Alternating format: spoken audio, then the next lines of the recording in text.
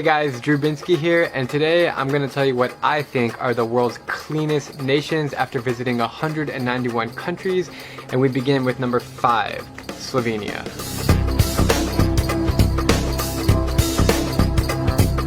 I've been to Slovenia twice, most recently last summer where I had the chance to drive around the entire country, and oh my god, it is one of the greenest places in the world.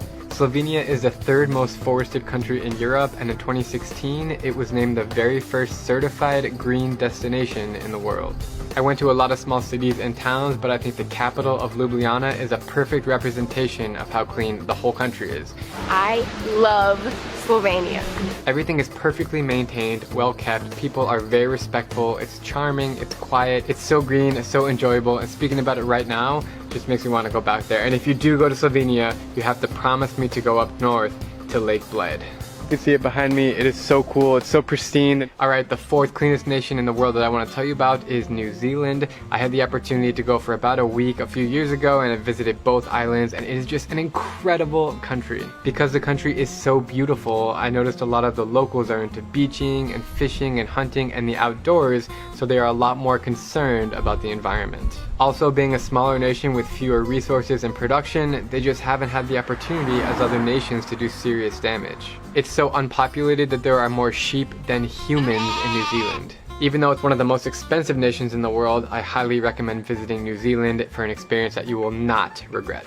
Okay, that leads me into the third cleanest country in the world, up north, which is Iceland. Iceland has been ranked as the most environmentally clean country in the world according to the latest Environmental Performance Index. Actually, all over Scandinavia, it's really obvious to me that people care about the environment. Where Iceland gets the advantage is its geographical and geological location, giving it a haven for clean energy. It's famous for its hot springs, geysers, and active volcanoes. Surprisingly, a lot of the hot water pumped from underground supplies much of the country's heating. Okay, now we travel down to the tropics near the equator to hear about the second cleanest country in the world, which is Singapore. Singapore is one of my favorite countries in the world. I think I've been there 7 times as I've been based in Asia the last 7 years. I really do love it there. There's delicious food. It's the best chicken rice in the world. Nice people, a lot of things to do, and surprisingly, with so many people, it really is the cleanest place. Singapore has actually established a set of laws to protect its cleanliness. For example, if you are caught dropping litter, you can face a penalty of 1,000 Singaporean dollars. They also have preventative rules too, such as a ban on importing and chewing gum. That's right, you can't chew gum in Singapore or you're subject to a penalty. But most of all, it's amazing to see how people in Singapore work together to not litter on the streets. They really look after each other, like on the subway. They'll pick up trash if they see it there, which by the way, the subway is like the cleanest one in the world. I don't know, when I think about the rest of Southeast Asia, I think about a lot of polluted and dirty cities like Bangkok. So Singapore is just setting the example for the rest. Okay guys, the moment you've all been waiting for, the cleanest country in the world, in my opinion, is Rwanda.